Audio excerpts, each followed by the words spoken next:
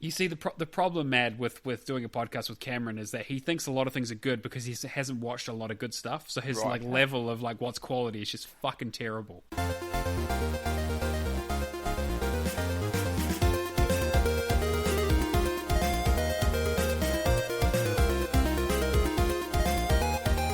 Hi everyone, this is Matt. Welcome to the Real Gamerscore podcast. This week I'm joined by Cameron. Go! And MADeyePadEYE. Hello. Here at Real Gamerscore, we like to discuss all things Xbox, achievements, and endless talk about bean dives. This week we talk about the EA pack racket, ghosting our friends, and playing a mad amount of games. But first, here's the song of the week. You know this Gamerscore's for real. I used to buy those Rattleikers, but then my percentage points would slip. I used to check out all the sales, but now I'm playing what I have. I had the reason to stop buying, no, until I looked at my collection. Yeah, you know I saw that big 300. Hey! I knew I had to get a grind on games. Woo! Nothing left for me to do but game. Off this TA list I'm going through just game. Got boosting sessions on tonight, baby. Woo! Alright, well, again, another cracker of a song by me, as always. Thanks, me. Any ideas, guys? MADeyePadEYE, you want to any guesses? You got a general idea of what it might be, maybe? No is the answer. I'm really rubbish at music when it comes to it. Other than Prince, that's about it. See, I'd love to do Prince, but I just don't have the vocal range for it. I mean, to be fair, most people would argue I don't have the vocal range for most of what I sing, but Prince is even way out there for me. Cameron, this is a modern song, right? Came out in 1999. You should know what it is. No, I've got no idea. Featured at the end of Napoleon Dynamite? I've honestly never seen Napoleon Dynamite. Oh boy, I'm going to have to add that to the podcast movie list, aren't I? Christ. And the list just keeps getting bigger and bigger. I keep getting suggestions for it from the Patreons. You know what? I'm just going to shoehorn this in here, yeah? I've been watching New Amsterdam ever since last weekend. That is a really good show. Yeah, I watched the first few episodes. It's great. Really, really enjoying it. I just love, what's his name? Tom, he plays Tom Keen in Blacklist. Tom Keen, yeah. The main is it character. Robert, I can't remember the actor's name. He's good though. I have no idea. Yeah, he's the hospital one? The doctor, hospital drama, Netflix one, yeah. I've watched one episode with my wife and then just stopped watching it. It's fun playing Spot the actor in that. I was like, oh hey, that's Martha from Doctor Who, and that's Katerina Rostova from Blacklist shows up for an episode. I was like, oh okay, wow, they're just putting everyone in there. It's pretty good. But back to what we're actually talking about. So the song was Canned Heat by Jamiroquai. If you don't know Jamiroquai, he's one of my favorite artists. Well, the band is. It's great. British sort of acid punk, I guess, pop. I guess he's really his own category. Can you just notice how both of us didn't engage with that whatsoever? We know that. Look, we know the song. Yeah, we've heard the song before. We just don't know the song. I mean, it's. I was gonna do that or Virtual Insanity or. See, I would have got that one because he's. Yeah, see, Virtual Insanity. Yeah, Virtual Insanity is great. You're speaking gibberish to me. Cosmic Girl. He's got so many great songs. Anyway, he's known so for you his guys hats as well. Yes, he's known for his hats and his Segway. Yeah, but you guys completely fucked that. So, but I'm sure Mad Rocketancy is going to message me as soon as this comes out, knowing the answer because he always does. Good job, mate. Can we get some you're picking all the the old songs that I this isn't old, but yeah, you're picking the older songs that I don't know. Can we get some Rage Against the Machine in? Can we get some Blue Oyster Cult? Can you hit the bands that I know? I don't know how I'm going to cram "Fuck You, I Won't Do What You Tell Me" into some sort of video. Well, we have an explicit tag now. We can do this. That's true. Maybe I'll do Bulls on Parade or something. I'll see what I can come up with. I'd love Bulls on Parade. It's a good song. All right, well, yeah, so you guys completely fucked that, so good job. MADeyePadEYE, welcome to the show. Thank you very much for having me on. No, no, you're very welcome. You were greatly recommended by our previous guest. Yeah, Mephisto is a very good friend of mine. Yeah, he only had nice things to say, which is unusual with people on this show. But do you want to do a bit of introduction? Tell us a bit about yourself. Yeah, well, I've been gaming since I was very small. I grew up on the SNES and the Mega Drive because I live with my cousins, and I say I live with my cousins. I live with my mum and dad, and my cousins live with me at the same time. So rather than having the one sibling to fight over our console, there was 4 of us. So me and my brother had a Mega Drive, and they had a SNES. Even though my brother's 6 years older than me, so I'm like mid-30s, so Commodore and things like that were around. But the SNES and the Mega Drive is probably what I grew up on that I actually really remember. Gotcha. So I got to play quite a lot of games across the spectrum. Then got a PlayStation, and then got an original Xbox, and then from then I've just basically been Xbox. From great. Oh, so you got a nice storied history there. That's great. Yeah. I mean, I'll play anything. That's oh, wow. We'll get to that. In terms of so you play anything. Do you have any sort of favorite genres or titles or sort of series that really jump out that you're really interested in?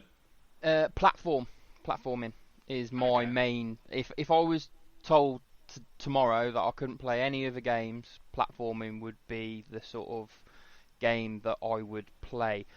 But ironically, Trials. Even though I'm not like the best Trials person in the whole wide world, I don't know what about Trials. It's the complete, you fuck it up and then you restart and then you fuck it up again and you just keep going. And I've got because I used to game a lot with my brother. He's got a completely different mindset to me. He hates restarting things over and over and over again, where I will sit there for an hour and restart the same level over and over again. Happily to do that. So you're a madman. Yeah, that makes sense. Yeah. Oh well, fantastic. Do you want to talk a little bit about your sort of Xbox gaming history? So did you get you start with the 360 on sort of in terms of Gamerscore and achievements? Well, again, to begin with, we had a 360 in my house. It was my brother's at the time, because, like I said, I used to live with my cousins and we grew up all together. So originally, there was one account. Like there was no. I didn't really know about the ethos of achievements and things like that. So there was just me and my brother playing on one account. There was nothing we never had our individual accounts. And then I met my now wife and moved out and sort of like went, shit, I've got to get my own 360, I've got to get my own games, made my own account, and it's just basically that's how I started MADeyePadEYE is just through that sort of having to be on the spot. I came back from ironically seeing Harry Potter and took MADeyePadEYE Moody's name, and my name's Patrick. So I just put Padeye. So at the time, I was naive and thought it sounded cool, but obviously now it's kind of it has a ring to it though. Like it's catchy. It's catchy. Yeah. Yeah. Well, I'm one of those stupid idiots that put capital letters and small letters, even though it doesn't matter when you search people's names now. But people still to this day go, "Why have you got capitals and little letters, you idiot?" And I don't know why. It was just done like that. It could be a lot worse. You could have had like XX on either side of it. Oh yeah, XO, yeah. Aye. All right, well, yeah, 69, exactly. 420, 360 no scope. Yeah, exactly. Sephiroth, Legolas. Yeah. Oh, there's some great ones. Well, fantastic. Well, welcome to the show. We'll talk a little bit about your gaming history in a bit. We'll just go through some of the housekeeping. So Discord, you might have heard of it because we talk about it each week. Discord.io/RealGamerscore. It's basically a big chat room where you can come hang out with us and our community. We talk about video games, talk about movies, talk about memes. It's where we have a lot of our competitions. It's also the Patreons also have a special room for them where we also post some of our exclusive content that we're working on at the moment. So, for example, we've got the Lights, Camera, and Action series, which where we're going to be recording our second episode very soon. We're not quite sure about the cadence for it because it is a bit difficult to find the time to do a. Basically, the idea of it is that we record beforehand. We talk a bit about the movie we're going to watch. We watch the movie and then we come back and talk about it. So we've done the first bit for the next movie. We're going to go away and watch it probably this weekend, and we'll come back to talk about it probably next week sometime. We'll probably. You're missing a crucial part, the part where the Patreons tell me that I also have to add another 5 to 10 movies or TV shows on my list. Yeah, so we obviously this is going out to the Patreons for these episodes, but I have been the responses have been, yeah, this is great, and also they have opinions about the movies, and then without a doubt at the end of whatever that our quote unquote review of what we've talked about, they say also you need to watch these 5 movies. Also, sorry, Cameron needs to watch these 5 movies because he hasn't fucking seen them. You know what though? Assassin's Creed got suggested today. I actually went to see Assassin's Creed when it came out in movies. I didn't find it that bad. So you saw that's rubbish one. I didn't think. Exactly. Look. I'll save my comments. I'll save my comments to the Patreon content, but I didn't think it was that bad. All right. Well, I haven't actually seen that one, so we'll do a bit of reversal on that episode. I'm looking forward to it. Okay, this would be interesting. Fassbender at his best. Yeah. Well, I mean, exactly right. I got a copy of it on DVD. Like, it was $2 on Amazon like last week, so I'm just like, why not? You see, the problem, Mad, with doing a podcast with Cameron is that he thinks a lot of things are good because he hasn't watched a lot of good stuff. So his level of what's quality is just fucking terrible. See, I grew up on a lot of older films, so like my uncle's a mad. One of my favourite films is Merry Christmas, Miss Lawrence, and it's like a sort of an old school war film about him being in a camp, and I don't know. You've got to be open to all sorts of films. Oh, absolutely, yeah. And obviously, we're going to start with the video game stuff because we want to, rope it into what we talk about. But trust me, we're going to get some. There'll be some diehards. There'll be some Fifth Element. Like, I'm going to pull out all the stuff that I love that Cameron has definitely never seen. I am just waiting for the week that I make you watch Postal. Like, Postal's going to be a real fucked up week. Yeah, fair play to Cameron. There are movies that he has seen that I haven't, so we will the shoe will be on the other foot in those cases. But I'm going to torture him for a bit longer before we give you guys that. Speaking of Patreon, patreon.com/RealGamerscore is basically a way for you to give us some cash. So we got some. The way it basically works is each month you can pull up a subscription and give us a certain amount of cash for. Helping to pay for competitions, server costs, equipment, things like that to help keep the podcast running, and also help. We also do exclusive Patreon content, so this new show that we've done, and any sort of new ideas we want to pitch out, we always ask them to the Patreons. Any changes to the podcast or any features, or sometimes guests as well, guest requests, we do that there as well, just to get an idea of, to make them feel important because they are giving some cash, and we really, really do appreciate it. Having said that, we are, by the time you hear this, going to be halfway through March. So I've drawn the Patreon winner for February. Thank you, Cameron. So he's finally got it after a year. And the winner of the free ID at Xbox game is Hawkeye Barry. Oh, nice. Congratulations, mate. We saw you posting your review of our Lights Camera in Action this afternoon. And looking at the Patreon, this has actually been almost exactly a year of him joining the Patreon. He joined on... March 13th. It'd be good that he won this too when he missed out on Dreamfall chapters in the Oh, he was so close. So we'll get to that poor bastard. He was so close. He was a day late and $1 short. I also want to give a shout out to Calevra, who's one of our new Patrons who just joined yesterday, actually. So thank you, Clever. We really, really appreciate it. He was at the top tier as well, $10, $10 a month. I think I've been in a gaming session with him before. Yeah, I think so too. Actually, I've definitely played with him in the past. I'm trying to remember exactly where, but the tag's familiar. Yeah, say that much. Tag is definitely familiar. It might have been one we've actually done together.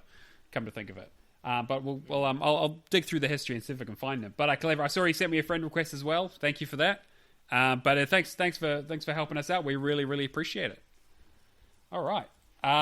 Now, yeah, as you so kindly mentioned, the Real Gamerscore Word Challenge.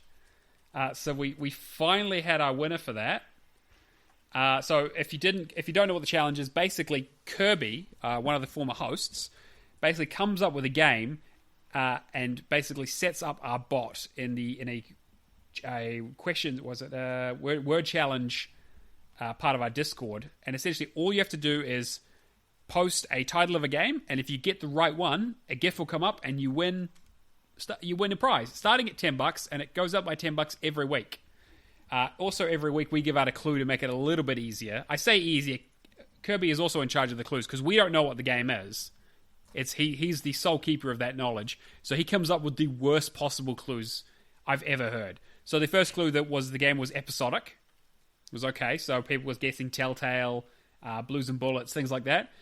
Then he put the clue in 77%. Which, are we talking completion percentage? Apparently it was because it was 77% on Metacritic. And who the fuck would have thought of that? That's the problem too. Like, judging off the last contents, I immediately went like, all right, what's like something to do like ratio wise or ratio completion percentage. One of the hosts, something along that. There, but no, it was Metacritic, completely off of TA. And then he came up with multiple protagonists. So we finally had someone guess it just before we recorded. Dreamfall Chapters was the correct answer by fellow Kiwi Reset42. Congratulations, mate. You've won yourself $30. Make sure you contact Kirby. He's always really good about giving prizes out. So just bug him. If you bug him 5 or 6 times, eventually he'll send the money to me and I'll have to take care of it. I was going to say, like, at the same time, you may as well ask about Tarragon's mic and games. You may as well... Yeah. Just hit him with everything, yeah? Yeah, there's a lot of things that Kirby's behind on. Ask him where those outtakes are for the last 12 months. He's probably got those tucked away somewhere because I used to send those to him. But congratulations, Reset. We're good job. I love that. Dreamfall Chapters is a fantastic game. It's one of my favorite in terms of those narrative bits. It's got a bit more depth than some of the sort of Telltales and the sort of Life is Strange stuff. And then of course, as you mentioned, Hawkeye Barry came in guessing Dreamfall Chapters today. Just missed it. He was just off by a little bit. Obviously, he hadn't been reading the chat. Didn't see it. Went in. He was like, "Oh, I've got it." But it's only the first one, buddy. But you can always pick a $30 game with your free ID'd Xbox game, mate. So good luck. All right. And with that, we'll move into the news. So Cameron, you've put in here Pad Thai for MADeYE. So. What the fuck does that mean? I just did it because it was catchy. Oh, okay, right. So that was just gonna be him talking about himself, but like, may as well make a little rhyme of it. Oh, okay, all right. So, MADeYE, so we've obviously, we want to have guests on the show for just, to chat the shit and play video games and all that sort of stuff. But you've been involved in a bit of a thing for a long time now. I wonder if you wanted to talk about it a bit. Yeah, well, I've been involved in something called the Potentialist Endless Bean Dive. It's been going on 8 years, and basically it is stupid. You play a new game on your tag every single day, and I've been doing that with a fellow Australian now for 8 years, and it is still stupid. So long-time listeners in the show will know Tarragon spoken about this back in the early days of RGS when he was thinking about trying to catch up and do some of those and add some stuff to his tag. I think he's since maybe taken a bit of a break on that because he realized how ridiculous it is, because it sounds easy. When you start it, you think, oh yeah, 1 game a day, 1 achievement. Achievements are pretty easy to get. There are heaps of games out there. As long as I don't play too much, you'll smash it out, right? Yep. You may think. You think. How have you been finding it, Mad? Originally I joined it because my brother, because again, like I've mentioned, me and my brother, we've gamed a lot together, so it was more of a competitive thing because I'm quite competitive, and it was I want to beat my brother. So we started together, and I think he went out maybe 6th or 7th after about 5.5 months, I want to say. And ironically, he won something out of it. So he won 800 Microsoft points. If the listeners don't know anything about the Bean Dive, it was brought up on an older podcast many moons ago, the Achievement Hounds.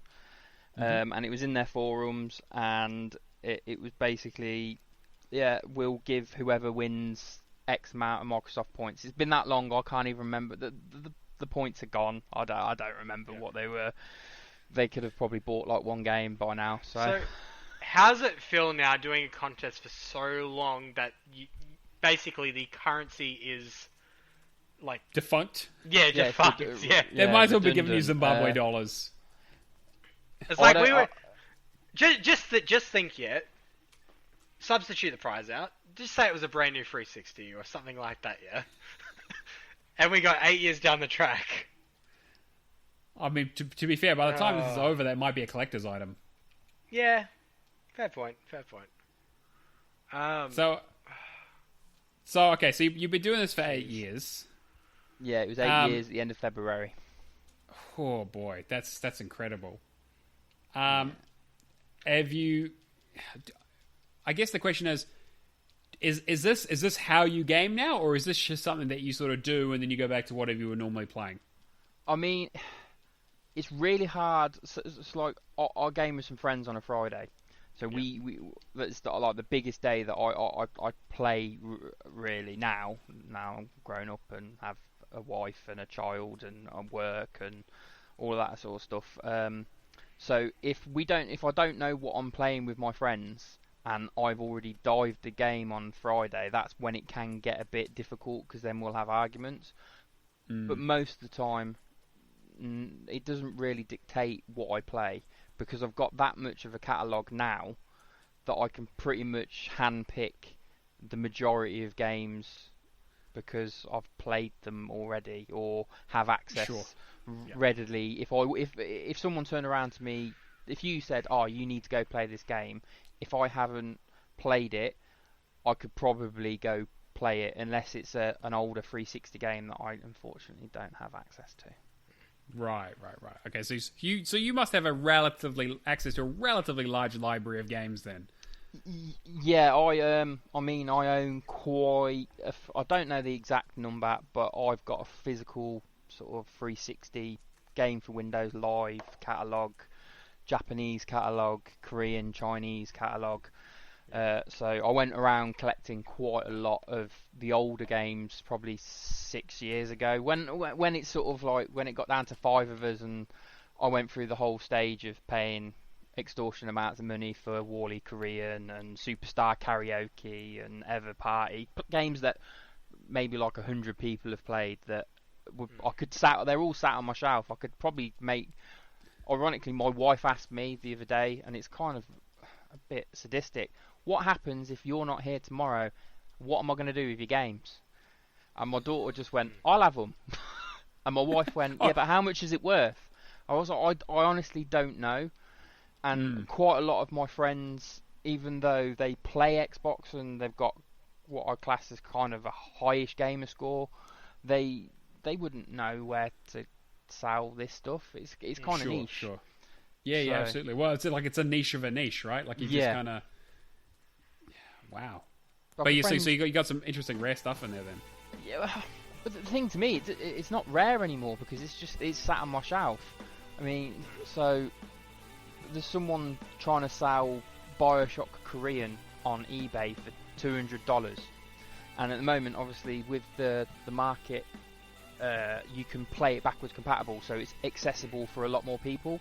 So before then, you wouldn't be able to do that. You'd have to have a Japanese console and then know someone that would then be able to get you a Korean version of BioShock. So, but now you have your Xbox and you can put it in and play it. And there's quite a few games. One of the few I'm missing. Yeah. It's one of the few BioShocks I'm missing. I've done pretty much all the other ones.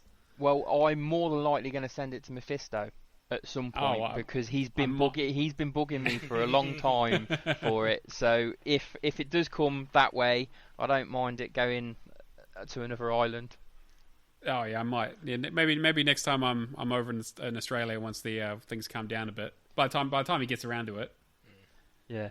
Well, I've got to send it to him first. He's still got 8 of my games from the of course days, he does. So. But I've got loads of his as well, so I can't really argue.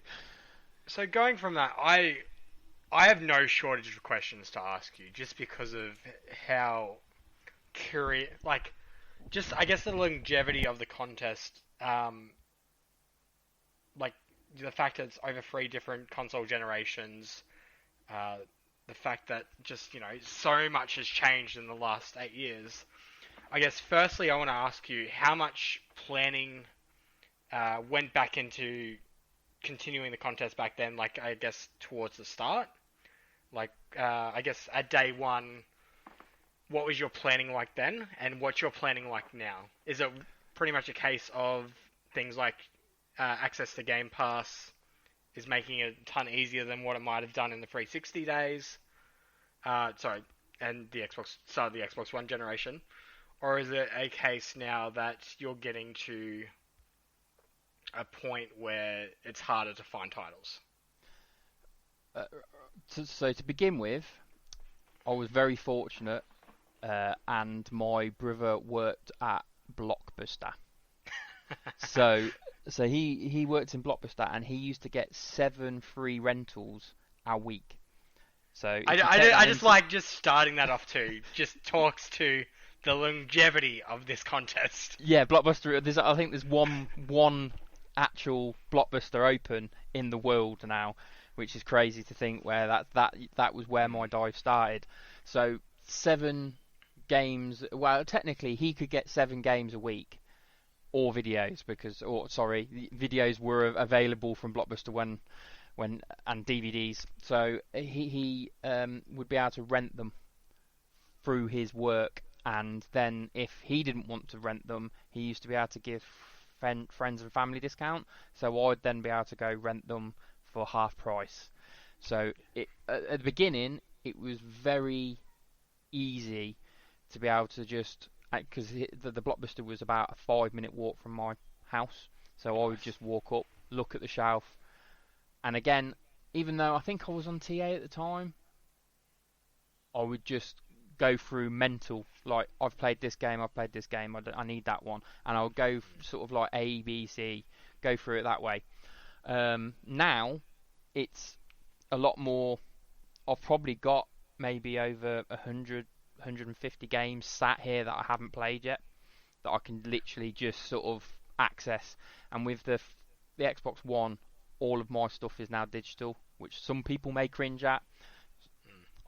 To me, it's just ease of access. I've got 3 8-terabyte hard drives plugged into my old Xbox, and I've got an Xbox Series X as well. But they're literally, I play games on there that I actually want to play, or have Xbox Series X enhancements. Yeah. But for the actual dive itself, I don't really think about it anymore. It's just such a habit that I don't plan. I just look at my games. I do have a tab on my Xbox that I have as quick dives. So when I look at a game, I look to see how quick the first achievement is. So I've got some people that are on TA that are what I class as the echelon of bean dive. So you've got Milky Bars, and you've got like MADeyePadEYE, and you've got Corrupt on there that pretty much, well, to my knowledge, you've got everything.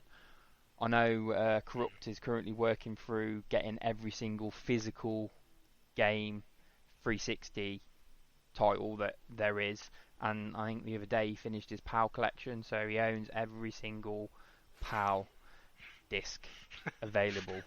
So that German niche of a niche. Yeah. He sent a picture the other day of all of his he's got every single American one as well. So it's just literally stacks upon stacks that are available, or exclusive American games. And that picture made me cry. Because I was like, I'm missing that one, and that one. Where am I going to find them? Yeah, exactly. So.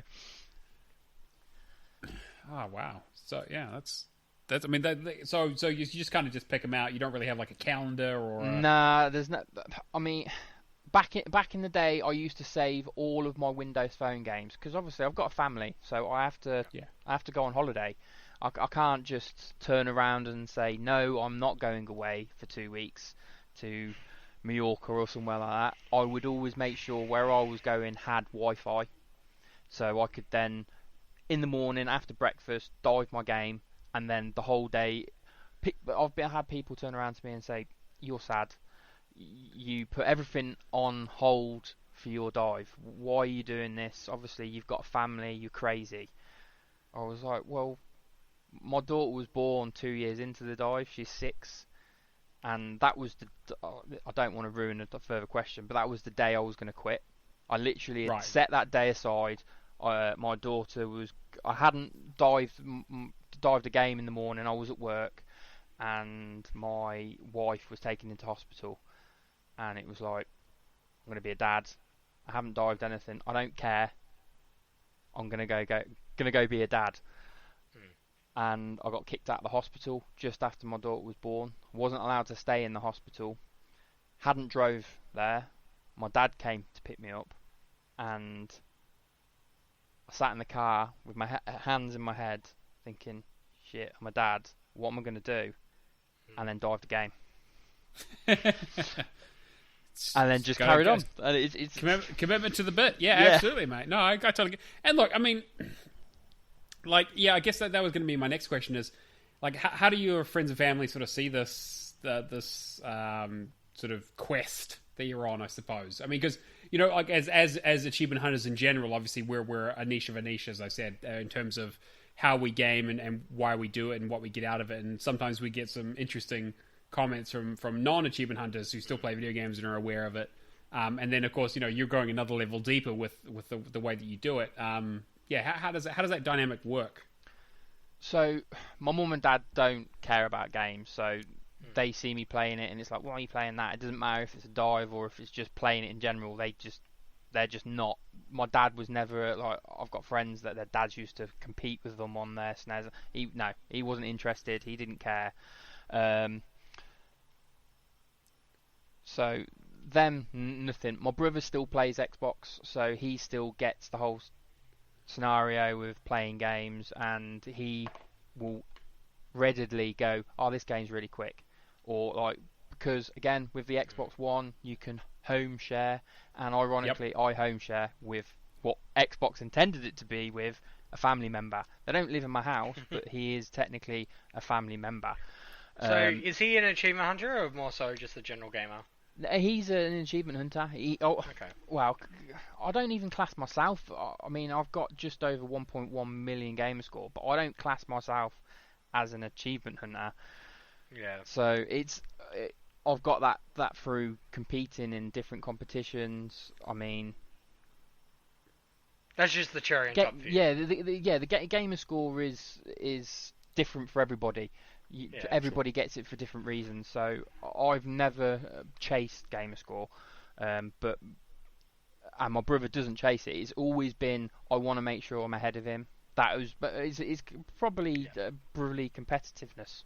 I've always wanted to be. I'm the younger brother, so I was always the one that had to try and strive to be bigger and stronger than my elder brother. Even though that isn't sort of, we'd never fight like that or anything physically.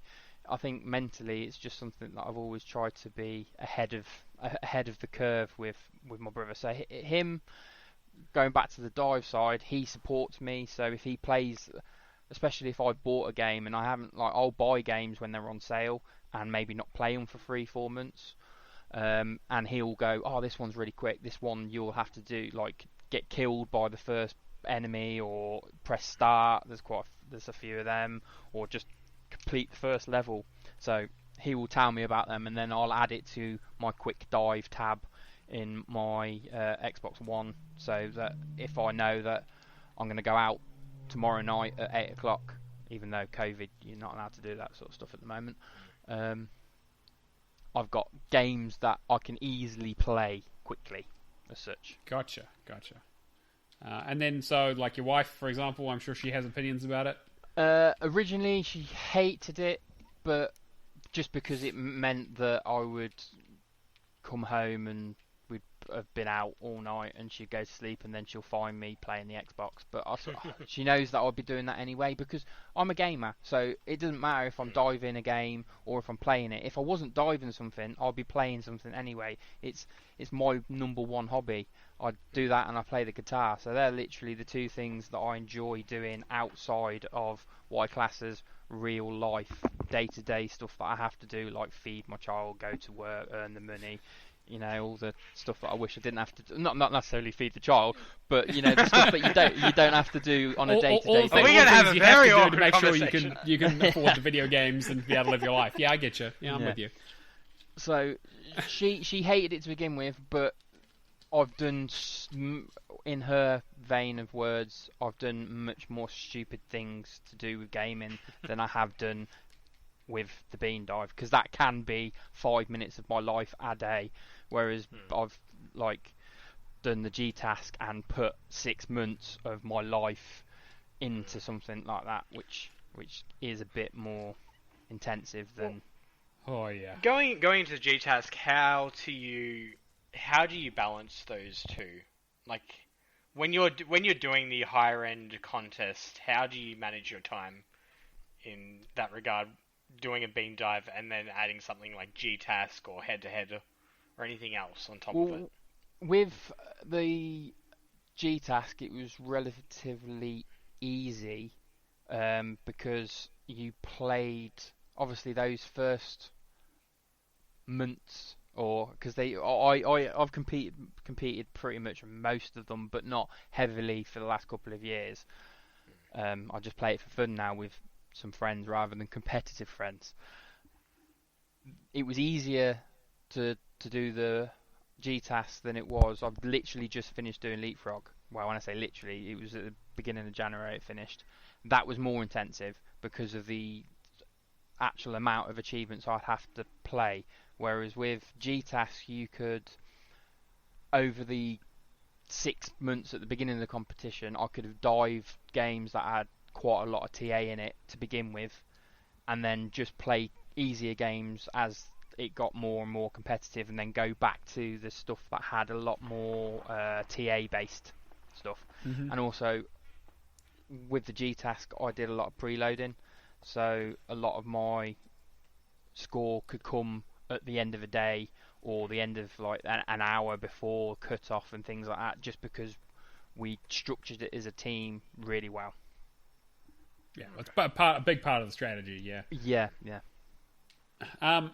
I guess my main question is: do you enjoy bean diving? I mean, obviously, you do it, and you're obviously very, very good at it, and you've got it. You sort of have a plan-ish, and you kind of you structure some part of your life around it. But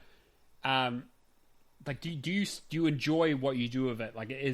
Do you still get enjoyment out of the games you bean dive, or is bean diving something that you just kind of do and then you kind of try to enjoy games in a different way outside of that?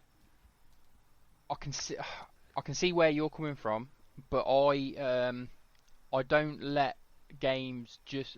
When I say there's quite a few games that I've just literally played, done the first achievement, and then completely turned off. But there are games that I think as I've grown into the bean dive, I actually give games a lot more time than I did back then.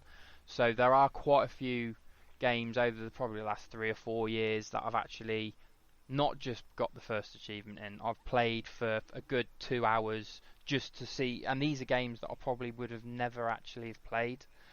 So I don't, because a lot of people obviously with Gamerscore will either play really easy stuff or games that they enjoy. So you've basically got the two criteria. Or they'll sprinkle a little bit of, these are the games that I enjoy, and here's some rack-a-lacka games that I can just smash out one after another for 2 days to get my Gamerscore high up for the week.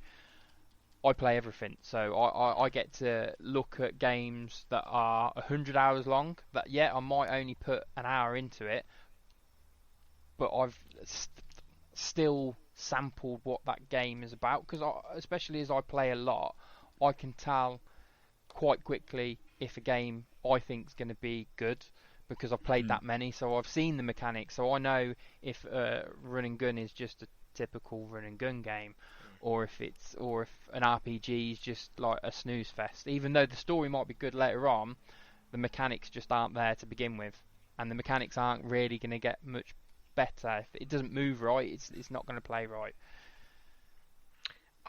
When I was doing my Xbox Hall of Fame for the Game Pass thing, I found it was pretty much a case of when I was getting to the first achievement, it was a good way of, I guess the comparison is like reading the first page or two of a book.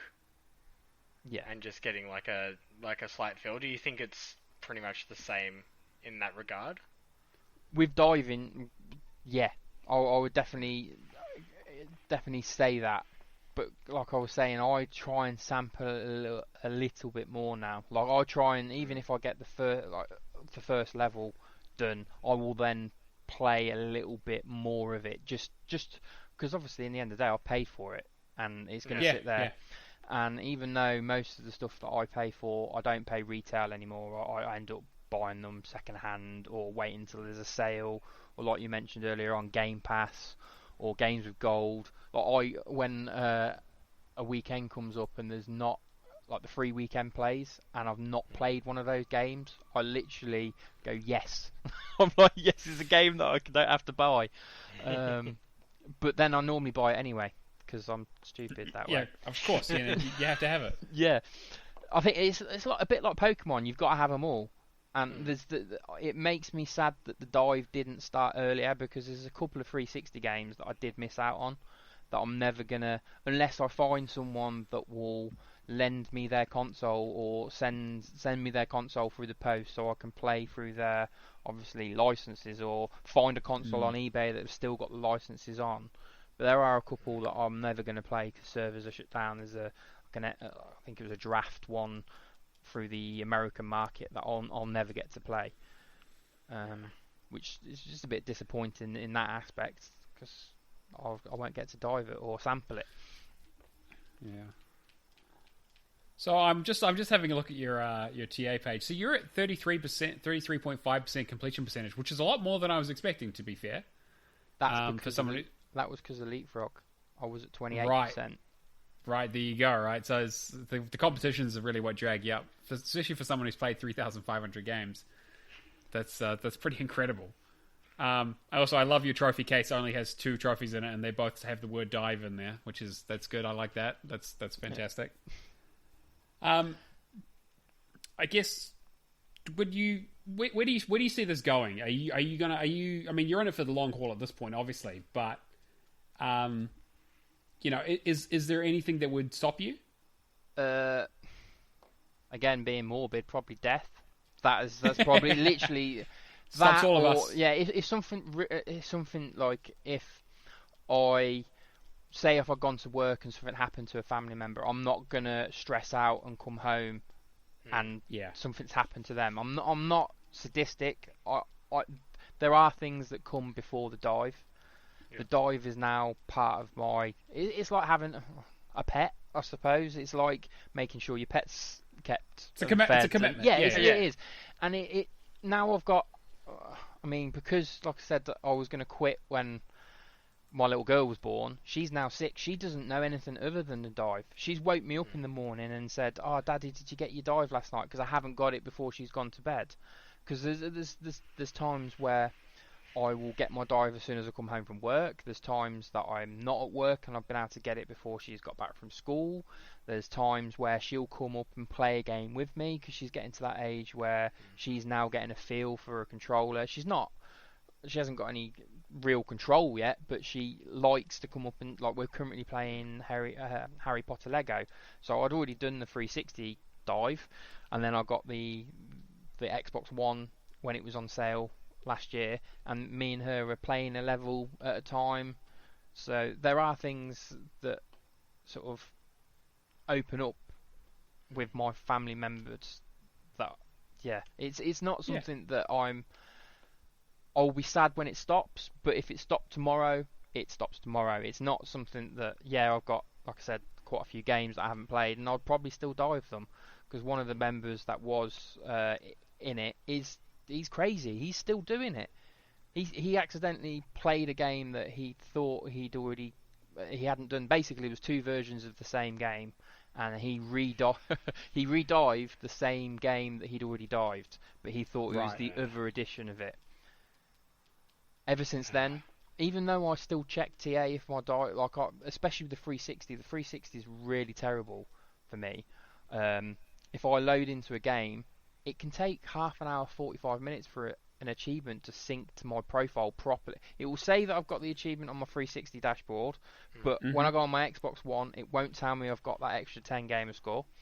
TA will take 45 minutes, and I know it scrapes the data from Xbox, so it's like the Xbox servers are then scraping the data so slow from the 360 that I get paranoid, so I do not play 360 games late at night or anything like that. It's all Xbox. So if I'm going to play a 360 game, it's probably at the weekend where I've then got time for it to sync up and things like that.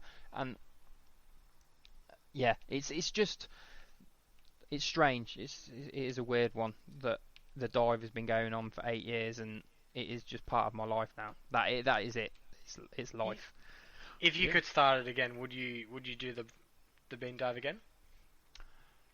I've been asked that quite a few times, and people would think I'd say no, but I would, because I've met so many people. It's something, especially in the early days of, well, when I say early days, probably 2 or 3 years into the dive, when you join that TA session and you don't know anybody, and you're going into to talk to people, and you're thinking, oh, I'm a bit of an idiot.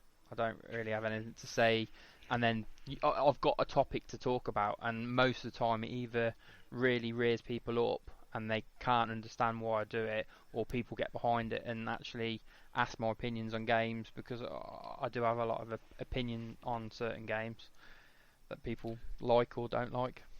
Oh, mate, being opinionated, you're going to fit in great on this show. All right. Well, I think we'll move on from that. But that's fantastic. Like that's so interesting. Like I just we could be here for hours. Like us. Exactly. Yeah, absolutely. I could talk about it for a long time. I mean, the more I talk, the more I talk. So it's really hard. Once I start going, I can talk. I can dribble. Yeah, no, it's like, again, it's the kind of thing that's so interesting to find within this community, like different approaches to gaming, because bean dives would drive me nuts, right? Because I'm a completion percentage guy, like that's my big thing. I'm trying to hit that 95%.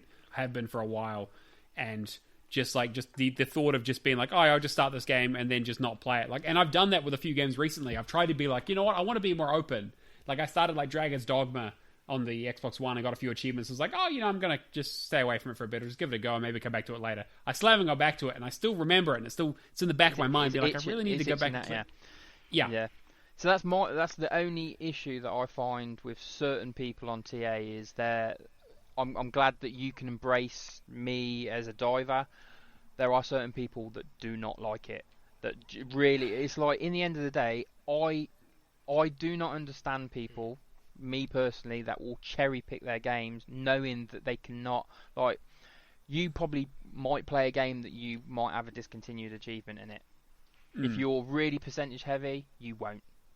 Not at all. You will look at it and go, no. There are people that won't play a new game until there's a guide out there or there's information that the game is completable. It's a game. In the end of the day, the games are there to enjoy. It doesn't matter if you get that completion or you don't.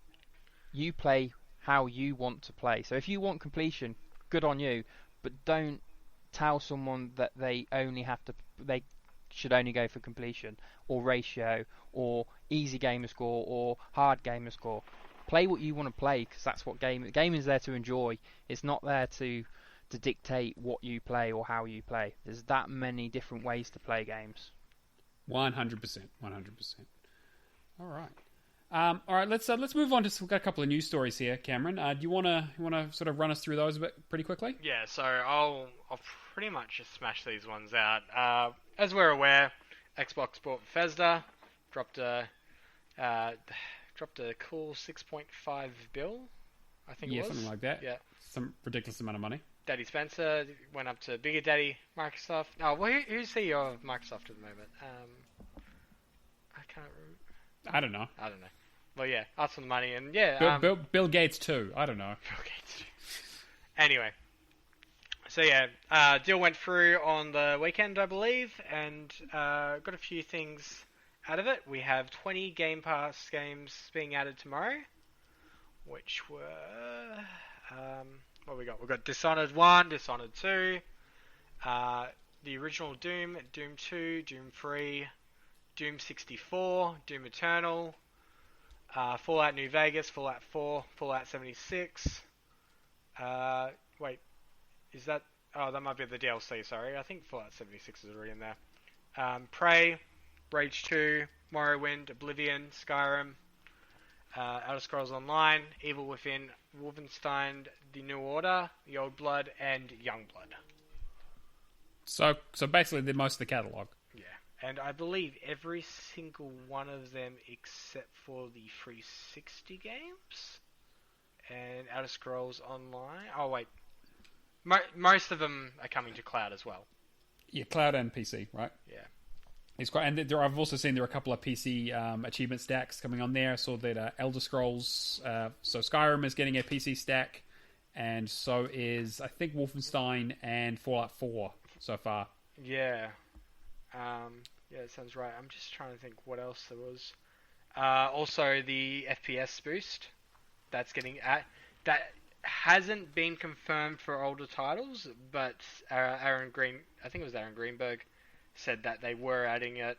He wasn't just saying what games yet, because obviously they would have to go for a testing stage and be approved. Yeah, they don't want to break stuff. That makes sense. Yeah. So yeah, big day. Not really much else to say about other than obviously exclusivity deals. Yeah, so there was a little bit of talk about exclusivity around. They said that some titles will be exclusive. They sort of elusive language, but in terms of what's coming out, what's coming up for Bethesda. Going through the exact wording, Phil Spencer was talking about contractual obligations. So I'm thinking stuff like Deathloop, which will be Tokyo Ghostwire. Yeah, Tokyo Ghostwire, stuff like that. The interesting thing, though, and I'm just trying to find the exact quote. It was along the lines of there'll be games that are exclusive to Game Pass. Yes. Well, So, I mean, they basically said it'll come up for Xbox and PC, right? Yeah. And that Xbox is still the best place to play it, or whatever they were saying. Just how he phrased it, though, sounded very interesting for me, because it made me think after watching the round table. Like, I just watched the first 20-25 minutes of it. But just after that, I thought, alright, what if it was possible to get Game Pass as a service onto PlayStation? Well, there have been talks about it already, not with PlayStation, but I know that in the early days, Phil Spencer sort of pitched the idea of having it on the Nintendo Switch and having it just be like an app that you just jump into in the same way that they want to do it for iOS and Android and run it like xCloud, essentially. So it made me think too, what if games were exclusive to Xbox, Windows 10, and Game Pass? Game Pass as a service. Well, it would be xCloud, right? They wouldn't do Game sorry, Pass. it would be xCloud, but like pretty much thinking of xCloud and Game Pass as a similar concept. Sure. What if you could stream to your Switch? What if you could stream on PlayStation Game Pass, but that was the way to get it on that console? Yeah, I mean, there's been talk about how the new was it Microsoft Edge, their browser? Yeah. Is on the Xbox is running the new Chromium sort of back end. So essentially, you can use things like GeForce Now and those other streaming services from PC games. So like you can essentially stream a lot of Steam games on your Xbox potentially. Again, it's still only an alpha, so we haven't seen it as a production release yet. But I mean, if they get this browser-based xCloud stuff working, there's no reason why you wouldn't be able to stream the games through the browser itself, assuming that the console manufacturers allow that functionality. Which I don't know why. I mean, I kind of understand why they wouldn't, but it might be more work than it's worth to try and stop that. I don't know. Matt, have you tried any of the xCloud stuff? I was in the alpha originally for the xCloud, so yes, I have done it. I've only got positive. I never had any much issues. My work's internet connection is rubbish. Even though I work for a graphic design company, you'd think they'd had good internet, but they don't. And so I played it mainly on 4G, and that's fine. I've enjoyed it, and also now that Windows Phone is dead, it's going to help if I do go on holiday, because unfortunately I've got probably 10, 15 Windows Phone games, even more, that I haven't played, and they need to sort that out, because if they do, I'm jumping on. So if you're friends with me on TA, you'll see me play them day after day after day until they're all gone. So quick shout out, make Windows Phone games great again. If you haven't been on the forums and petitioned it, get on it, because everybody needs to. If you haven't seen Kiku's message, I'm sure he'll get to you guys. He's spamming everyone on TA about it. Give it a month, yeah. Wait for the ban to lift. Yeah. But no, talking about Windows Phone, I dived Minecraft Windows Phone, I think 2 months after the service was dead. After the actual... And I don't know how, because I didn't... At the time, I did not know Windows Phone was down. And I was in Leapfrog, and I wanted to dive it to then be able to get more achievements. Because obviously with Leapfrog you need them. So I just booted up on my phone and popped, I think it was 2, maybe 3 of the achievements. And they sunk to my profile. And then within... Because I don't know if it's because I'd got the game on an older phone that hadn't been connected to the internet for a long time. So I got 3 achievements in it, and then it did something on my phone and updated the version of Minecraft I was playing, and then I was like, what's going on? Nothing else is syncing. Why isn't any of these? And then I read in the forums that the phone had gone down. I was like, oh no. And then someone had questioned me on TA saying, how the hell have you got these achievements? I was like, I honestly don't know. This is basically, I'm telling you basically what I told them. I was like, I don't actually know what's going on. So I did some Harry Potter trickery, and that's always the problem with the Windows Phone. Even from the beginning, it's always been a bit of a crapshoot in terms of whether it worked or not, whether it synced, what games worked, what games didn't. And I mean, now it's basically completely down, but like it's always been sort of iffy, which is really, really unfortunate. Yeah, my first dive for the bean dive was on the phone as well. Right. So. Yeah, I've still got 2 Windows Phone games I need to finish, and I can't do them now. But it's fine. I'm not salty about it at all. All right. So yeah, and so Microsoft were doing an event. Was it today? About this, so talk about the roundtable. They did the roundtable. Not really any new information. Like, it wasn't really a news event. It was just a discussion of what this will look like in the future.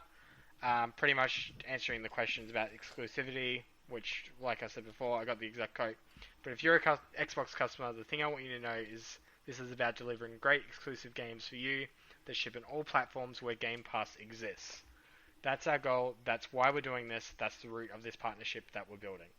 And that makes sense, because I mean, the thing is that obviously all of their first-party releases come to Game Pass day and date, and so I think it's going to be these are now Microsoft games. So when Starfield comes out, when the next Elder Scrolls, the next Evil Within, it'll all be day and date on Game Pass, which is fantastic. And I think because they need that. It also covers the thing that we've talked about, countless times before with Game Pass. It gives them creative freedom. This isn't Xbox coming in there and saying you need to make the next Fallout, you need to make the next Skyrim, you need to make the next, Wolfenstein. This is, we're giving you creative freedom to do what you want and, to work outside the boundaries a little bit. Yeah, so it'll be interesting to see what comes of it. I'm hoping that that Bethesda and Obsidian, now they're under the same ownership, collab and make New Vegas 2 or whatever ridiculous crazy shit they make. I'm really hoping we see some fun stuff. Because, I mean, Bethesda has a really good catalog, as we've talked about before. Outside of the fucking Wolfenstein games. Don't even get me started. No, I mean, I like... They are great games riddled with... Wolfenstein 2. It's just the new Colossus. It's just Wolfenstein 2, actually. It's just the new... I mean, to be fair, New Colossus was kind of controlled like shit too. I would dare say the New Order is probably like one of my top 5 games for Xbox. I think it's a great game. I think the New Order is a fantastic game. Yeah. Right level of difficulty, right achievement. Just that kind of regard. Totally agree.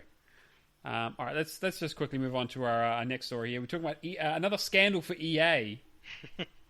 What the fuck have they done this time? So this isn't so much about what EA's done, but what one of their employees has potentially done. Allegedly done. So, pretty much this just centers around FIFA 21 and FIFA Ultimate Team. It's alleged that an EA employee has been selling Ultimate Team icon cards directly to players for thousands of euros.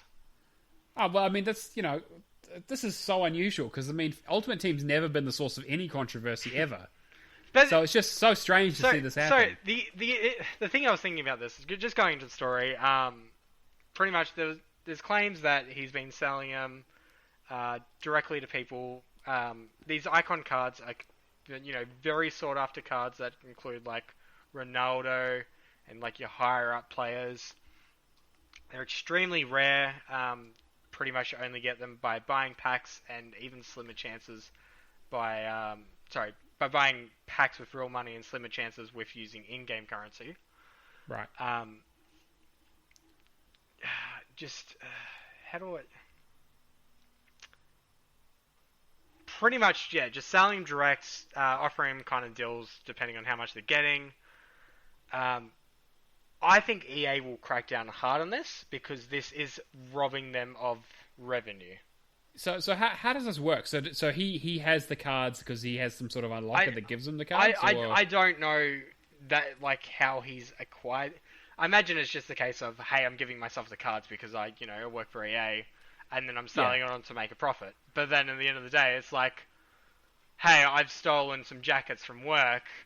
I'll just sell them on the side, How does this work in terms of because I mean the cards themselves don't technically have value, right? Like it's just kind of a. But I guess it depends at the same time. Do you give digital goods value? Like do digital goods have a value?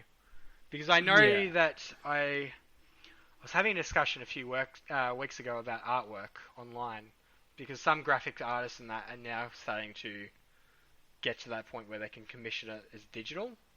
Right. So I guess it's how people perceive value on that select item.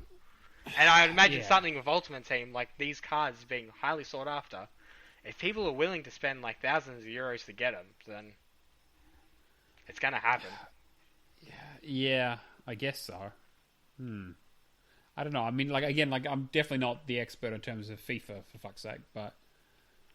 Yeah, it'd be interesting to get Kirby on, to get his opinion on this. Because do the players add value to the game?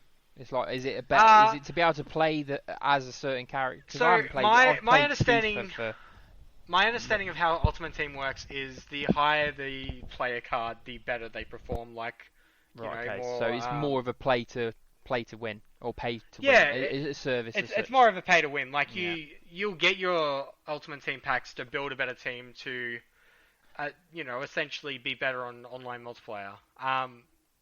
And that's the whole point of it. Just that's the hook, right? Like it's always been pay to win because people want to because it's a simulation game with real people. People want to play, the heroes of their sport. But at the same time, though, you can approach that from both aspects of it. Are you going after particular people because you're a fan of their, their professionalism in the sport, or are you chasing them because they're going to allow you to have a better gaming experience because it's going to be easier for you to win? True. Like you can tackle it in both regards when you're dealing with, I guess, celebrities. So I guess my question is, in terms of like the mechanics of how he sells these cards, so are you able to just sell them directly? Is there a mechanic to sell those or trade them? Or I don't know. I haven't played. Talking from my experience, the first game I got for Xbox One was FIFA 14. I think it was FIFA 14 back then. And Ultimate Team had never worked for me on that game. Right. I've always been very salty when it comes to FIFA and Ultimate Team, just because that one experience. I had an open ticket for 2 years trying to get, some level of access to it. But so this is why this story is on here. It's just because you just want to get on EA's case and bitch about them for closing a support ticket. I mean, like 2 years, mate. Like I had to keep. To be fair, that's pretty bad. Yeah. This is back when they were getting, consumer awarded worst company 2 years in a row. 2 years running. Yeah. Sure. But from what I can tell, it just looks like these are direct screenshots in like WhatsApp and those kind of messages. And I imagine it would just be the case of hey, you could either, I guess, send them or trade them. But I don't want to interrupt, but there is a marketplace within FIFA to be able to sell and buy pros. Gotcha. So Okay, you, right. If you have a rare, you have to earn the credits or purchase the credits. I don't know if you can buy the credits with real money and then go onto the marketplace, or they're just for the packs themselves. But you get definitely, if I had a A-class Ronaldo, I could sell A-class Ronaldo to you for in-game currency to then go buy another player as such and things like that. Gotcha. It's for like selling duplicates and things. Yeah. Would it be the case then of direct then, or is it just going to be the case of it's like an open market? You can just, if somebody puts it up, you could buy it. I mean, he may have been able to say, "Oh, look, I'm going to put this card on for this price now. It's going to be buy now and time it up." He's in like you know it's going up this second. I'm going to put it up. You buy it. You're going to be the only one, unless some really lucky souls online to be able to pick it up. Like I know you've already paid your €1,000, but you missed out. Yeah, sorry. Then he's sitting there waiting with a second account to quickly pick it back up again. Yeah, exactly. Yeah. But yeah, I think that's probably. I don't know much about it, but that's the way I would see it is being done. So opinions on it. I reckon EA is going to crack down hard on this only because it is lost revenue for them. I mean, they've already said that they're doing an investigation, and if they think they sort of figure it out. Like they said, this type of behaviour is unacceptable, etc. They've done the corporate speak thing, so I'm sure. Yeah, you're right. This will get nipped in the bud pretty quickly, I think. But be interested to see how this sort of turns out. I think if it was a case though of it was just players to players kind of thing, then it would just be who cares? I mean, you can sell it for whatever you want, right? If you're just a player, if you're not using any unfair advantage. I mean, I disagree with the whole Ultimate Team stuff in general, but that's a bigger discussion. But there's people that sell them online anyway. You could. Yeah, exactly. At the end of the day, there's always a market. There's these YouTube channels that will just spend hours streaming opening packs. Opening packs. Yeah. All right. Well, let's get on to what we've been playing then. Cameron, do you want to go first? Yeah. I haven't really touched many games this week. All right, moving on. Yeah. Shut up. Going on from your discussion last week, I booted up Desperados 3 on Windows 10. I do own a physical copy on the Xbox One, so I thought I might as well hit the Windows 10 stack. Just messing around with some of the cheats. What is it? This is not supported. Yep, this is not supported as the cheat. Yep, love that. Yeah, I mean, I spent probably 2 hours getting a little bit of the way in. I mean, from your description last week, I was picturing something else completely. I wasn't pitching the top-down kind of aspect, but I was thinking more of a first-person kind of a experience. No, it's much more sort of tactical. Yeah. But yeah, didn't mind it. Just, I guess, quick teleporting around the map makes everything really, really, really easy. I mean, I made sure to actually walk places, even though I was invisible and invincible. But I wanted to get some of the story and the conversation because the story is actually not bad. I quite liked it. So yeah, I'm probably going to come back to that at some stage. I spent most of the week going through Call of Duty Ghosts. So the 3 achievements I had outstanding from the base game was to complete the veteran campaign, which is really strange for me because I usually will always start a veteran campaign first, or veteran, realistic, whatever difficulty I need to, yeah? So I was missing veteran, I was missing the intel, which, nicely enough, 1 intel per mission, very forgiving, and then the last thing was to complete the challenges and escape on for an extinction run, which I imagine would just be tied to Point of Contact, which is the original map. Yes, it is. So, went through the veteran campaign on Ghosts. Re-experiencing. Like it as a campaign. Ghosts really does environments well. Has a good mixture of, earthquake, rubble, kind of scene. Skyscraper, like modern, like kind of combat. Space missions, which, I mean, the only other thing you would see is in Infinite Warfare. Underwater, probably my least favorite, but still does it quite well in terms of how things interact. What else is there? There's another thing. I think Train, some other stuff. But I think Ghost does environments the best out of any COD game I've ever played. Veteran doesn't feel too bad because the missions feel shorter, but there's more of them. Has a really good story. Ends on a massive cliffhanger. I was just going to say that the scene at the end. I played to the end. The credits hit, and I was like, "Huh, I think I remember this differently." Yeah. Then I let the minute pass to the credits. No achievements popped yet. I'm like, "All right, cool. We're getting to it. It's going to be end of credits thing." End of credits. The massive twist, which I mean, fuck it. I'm going to spoil it. So if you don't want to hear the spoiler for the end of Call of Duty Ghosts, you know... The game came out 2013 or whatever. I mean, you've had your time, yeah? I mean, this is as long as the beam dive. It's fine. I still haven't finished it. So essentially what happens, you've dealt with Rourke, who is the enemy ghost the whole time. You basically get the Odin space station to fire in yourself, which is basically a giant space laser. Train gets destroyed. You end up taking him out. You wash up on the beach with your brother. So you're Logan, and your brother's name is escaping me right now. The names are not memorable whatsoever. I'll say his parents must have got really uncreative with the other brother's name then. Yeah. I mean, like, it's only been 3 days and we're already forgetting the other brother's name. So essentially, he's been stabbed, you pull him up on the beach, you race him against a rock, you basically pass out, you've been shot. You know, you're staring at the sea, the whole, like, end of, you know, like, the ships come in, that kind of, you know, end of Call of Duty kind of, wow, this is, you know, we won the war kind of thing. Essentially what happens after the credits is Rourke is still alive, he grabs you, pulls you away, and I could only imagine the next game was setting you up to being brainwashed and being the enemy. Because the numbers, Mason. What do they mean? I was honestly fully expecting them to go Ghost 2 was going to be a very similar game to Black Ops 1, where, you know, if you played Ghost, you would understand the fact that it'd be more tagging on that Spec Ops: The Line narrative.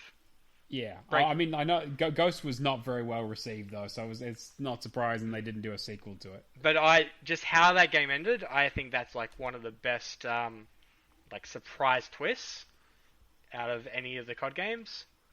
Maybe Black Ops will always be my favorite, but Ghost is surprisingly really well. And going back to Veteran Campaign, like, people just shit on Riley the dog, like, at the start. But I'd forgotten about Riley the dog and his fucking periscope that comes up and shit. But you play Veteran, yeah? He is so fucking useful. I mean, he is, yes. He's essentially X-Ray, just like, alright, get him to scout ahead, kill one enemy, come back. Do that, you're playing safe, yeah? It's all fun and games. So I did that, I got on the missions, had a surprisingly good time with it, even though, like, you know, the underwater level kind of drags a bit and just that kind of stuff. But for the most part, very enjoyable. Extinction. Oh boy, Extinction is when this first came out, it felt like it was riddled with problems. Going back into it in 2021, it is such an amazing game mode because you don't have to worry about the Easter egg bullshit that is zombies. Yeah, tell me about it. Tell me about it. It is a good, you know, simple, like, this is essentially like a B-rated alien film kind of narrative story. But at the same time, like, it's one of those experiences that you get the 4 players in, you really enjoy it. You play it as solo, it feels like a drag. Work. Yeah. It doesn't work in solo, yeah. You have to have at least one other person. Have your 4 people, you get more teeth, you know, there's more rewards, everything feels more satisfying. You all have sentry turrets, you got 8 of them popping out one go, it feels amazing. The only real difficult part of those challenges, because they come through randomly, and trying to get the achievement for getting all of them is you flip of a coin. Sometimes you just get screwed at the end, where it's like, oh, the last challenge is kill 50 enemies without getting hit. And you're like, oh, great. Yeah. Leper was the one that kept on screwing me up, so he's shooting the special one because I kept on doing a solo. That was the one that I kept on missing. Get your flares out. Yeah, exactly. For the leper, get your flare out. I saved flares for it. It did not work. It was not working for me. I was getting really frustrated. Scrub. Me and Adrian did it like. Sorry. Go. Sorry. Yeah, sorry. Me and Adrian were doing it like, and I think on the third time we finally got it done. But yeah, lepers were just not working for me. I joined a randoms game for MADeYE as well against the Kraken. That was interesting. One so fucking annoying though is like when you join an online thing, you get all the challenges done except for one of the weapons ones because you're the only one that bought the fucking weapon. Yep. So here I am just, with a shitty bloody sniper, taking him out, get to like 24 out of 25, and it's alright, cool, I'm getting the other achievements, but I'm missing out on what I wanted. Been there. But yeah, like, Extinction is really good revisiting. And just coming across the absolute madmen that have grinded to get like 1,000 teeth in the game. And that... Yes, I'll put a shout out to Mr. Whispering Clown, or MRT Clown, I believe he is on the Discord, who basically dragged my ass through the 360 version.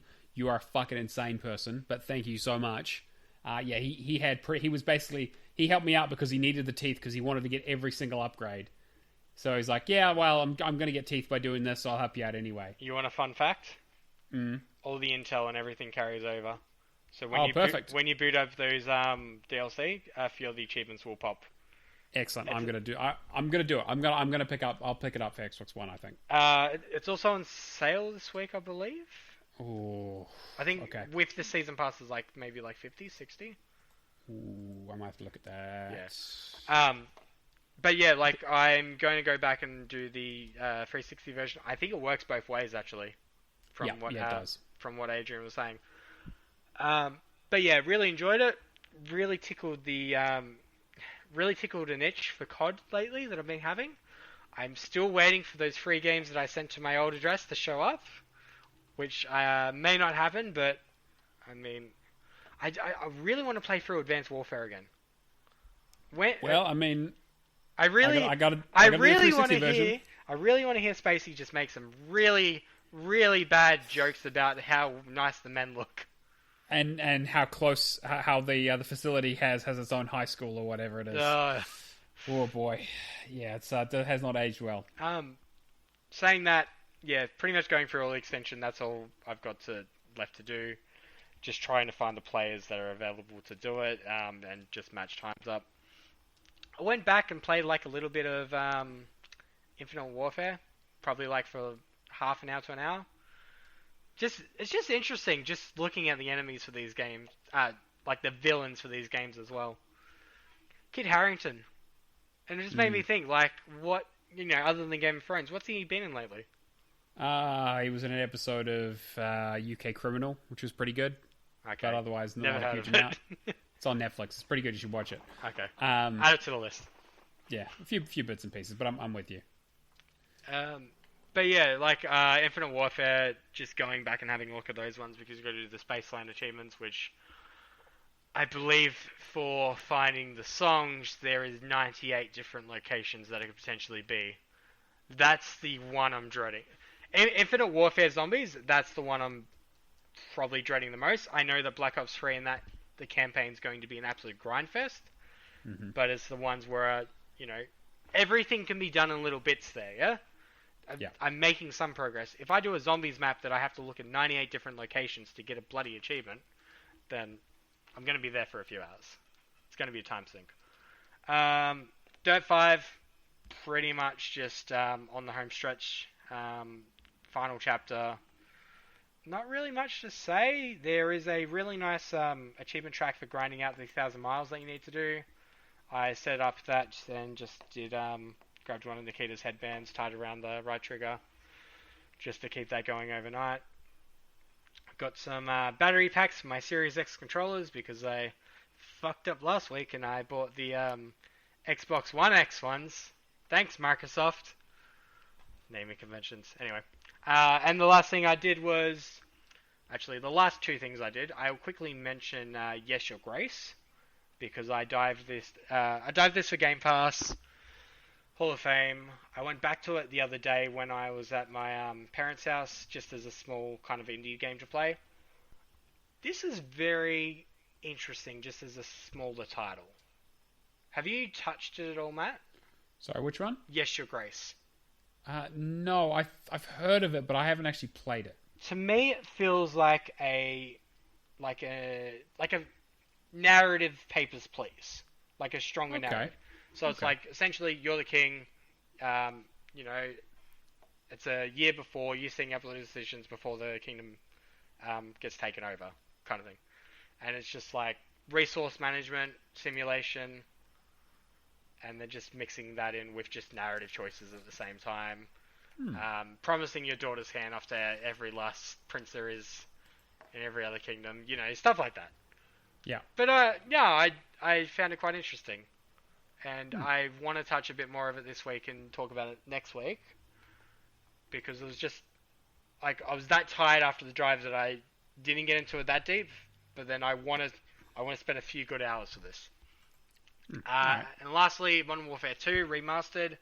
Started going through collecting intel and doing the veteran glitch last night. Interestingly enough, though, and I want to see if anybody else is doing this game, whether they've experienced the same situation.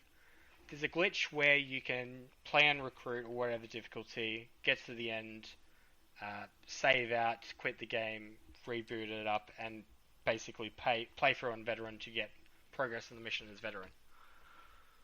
I think Series X is one of those ones that just boots that fast. That you basically need to do it as soon as you start loading the mission. You need to quit out. Yeah, I've done this. It works the same on Modern Warfare 1 as well. It works, but it took me 3 tries on the first mission to get it to work. And by the second mission, I was like, just reevaluating, should I just swap this over to the Xbox One? One of those rare situations. Like I got it working, but it's like I don't want to play the same mission 3 times on recruit just to get the same thing that I experienced on veteran, because I know that I can do veteran. It's just trying to make the experience go faster. Right. Like I played Modern Warfare 2 on another profile once on veteran. I know the campaign. I don't need to I don't need to go back and play it on a higher difficulty for the sake of it. Like I can just enjoy the story. But blazed through the week with a cool score of 420. Oh, great job, mate. So that puts you in probably dead last. Yeah. All right, I'll quickly go through my stuff. So Desperados 3, I'm on the last little bit of grind. I've got 2 achievements left. One of them is really glitchy, which is annoying. I need to like throw a character. I need to throw a corpse at another character to knock them out, but it's just not working for some reason. So I've been trying to figure out what the hell's going on there. And then I need to kill like 10 mice, which is also apparently a bit glitchy, but I'll probably get that done this weekend. Lost Odyssey, I finally back up to the dungeon I need to do, the DLC dungeon. My grind is nearly complete. I just need to level them up a bit to make sure that I don't get completely squashed.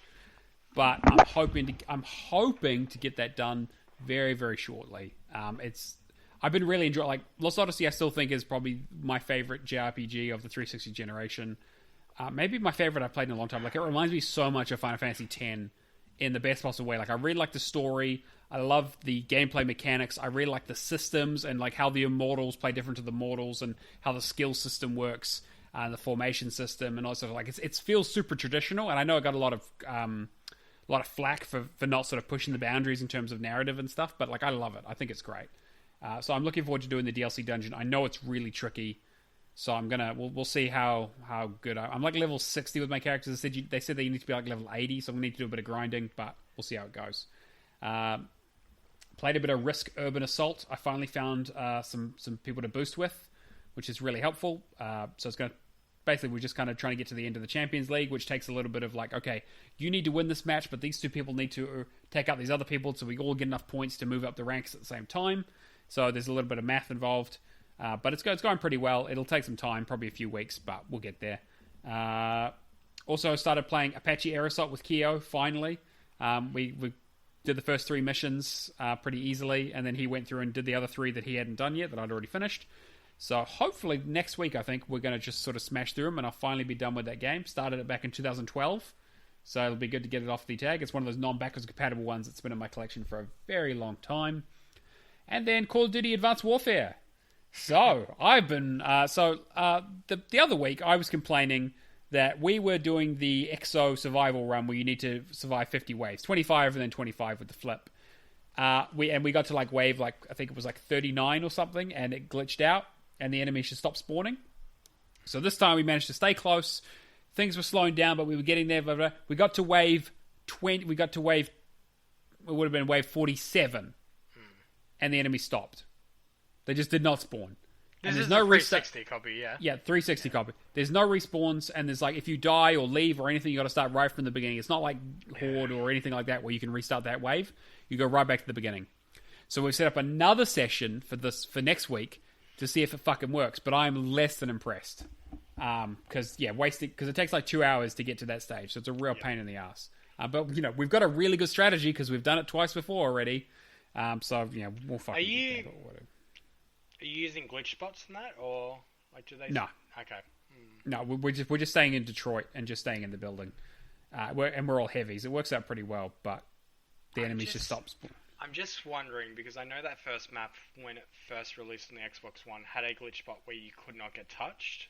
Yes, but they patched that basically by dropping nano swarms on top of you if you stay there. So if you stay in any one spot for too long after the patch, out in an outside area, a nano swarm will just drop on you and kill you. You could do it offline though.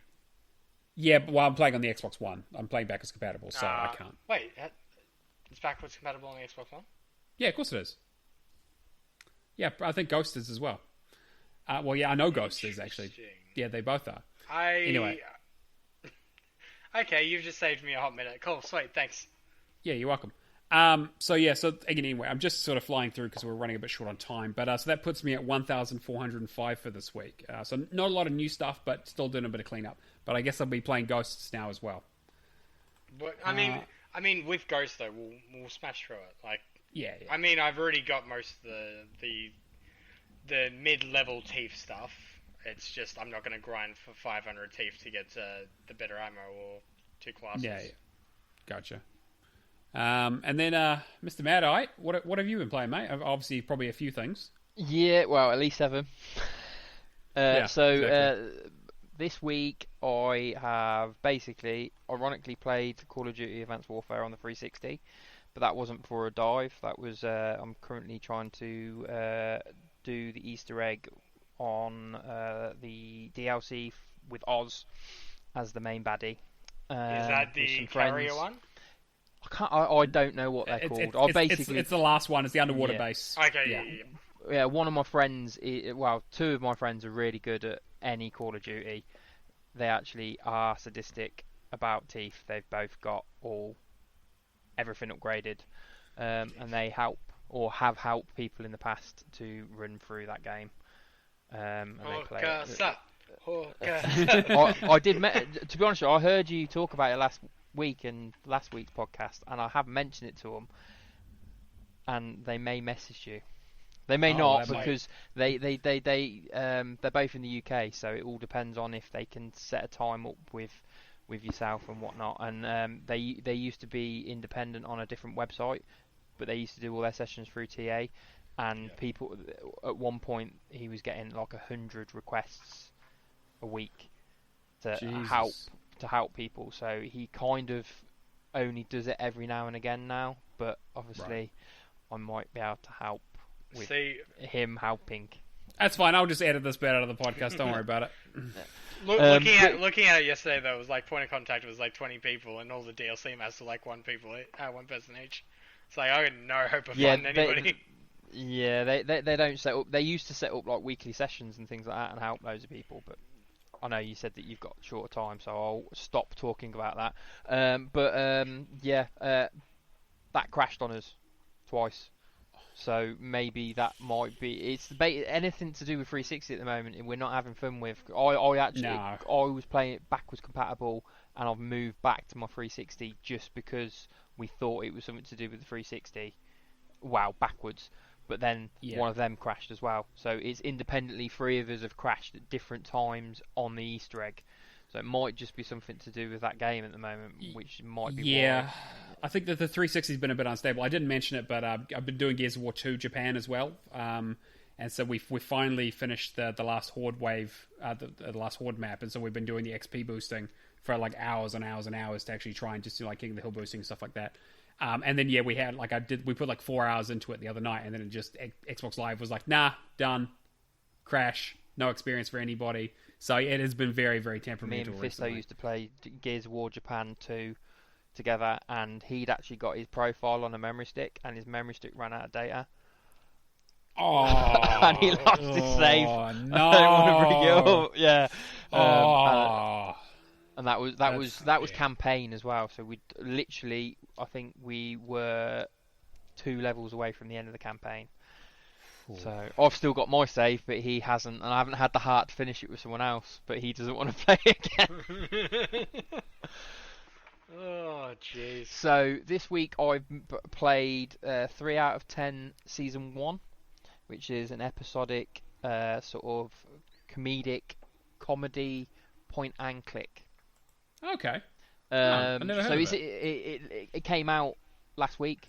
So I played the first 2 episodes. I got it the day it came out, and me and someone else were neck and neck pretty much trying to get number 1, and I didn't get number 1.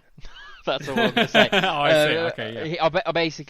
I'm presuming that he skipped all the dialogue, whereas I was actually really enjoying the game and I didn't. How dare you enjoy the video game? I know, how dare I? But yeah, if you haven't played that, that's quite an interesting one. That's a comedic point and click. You just have to. There's some mini games within it as well. So you basically you work for a games company that are releasing a terrible game, and it's basically about the terrible game and the company and how the company works and the members of the company. So that was quite enjoyable. One of my brother's friend lent me his 360 because he'd got 2 delisted games that I'd never played. So I dived Warriors Street Brawl last week, and I dived Ben 10 Force of Rise of Hex. So there were 2 that I didn't have access to that he kindly had lent me his console for. I've then done 2 ACA. Sorry, is there a physical at Ben 10? No.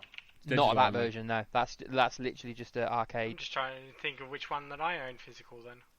There's a few of them. There are a about couple, 5 yeah. of them. Okay, there is quite a few, yeah. Jeez. Yeah, I think this is a 400. I want to say this was a 400G one. It might even be an old 200G game. Yeah, Okay, it's an old side scroller. Yeah, Yeah, it is. I've nearly got the Ben 10 series completion. I'm working on it. Ultimate Alien Cosmic Destruction. That might be the one I own. But yeah, I've banged out 2 ACA games as a dive, but I actually finished them. So all the glory of the Gamerscore. Both of them were Fatal Fury. No, actually, tell a lie. One was Fatal Fury and one was King of Fighters. I saw that Kona was leaving Game Pass, and I'd done the first original playthrough, getting all the collectibles. So I just quickly replayed the game and got the no vehicle achievement for that. So I finished that one this week as well. I have played Alvastar Chronicles, which is also in Game Pass. I did just dive that one though. It's Zelda, original Zelda-esque type gameplay, but I literally just listened to my sister say hello, get out of bed, and got the achievement for that, and then turned it off. Perfect. I purchased Steven Universe Unleashed the Light,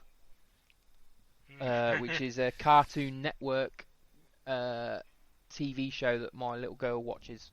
So I bought that, but she's not going to be able to play it because it's sort of like it's not side-scrolling. You move between scenes, but then you will do fighting similar to Final Fantasy. So strategic. You've got power, and then you end your turn, and they fight you. You block, and you go through different levels. But they're sort of other than it's not sort of open world. It's level based. Yeah. So they're open world within the level, but then they're all small.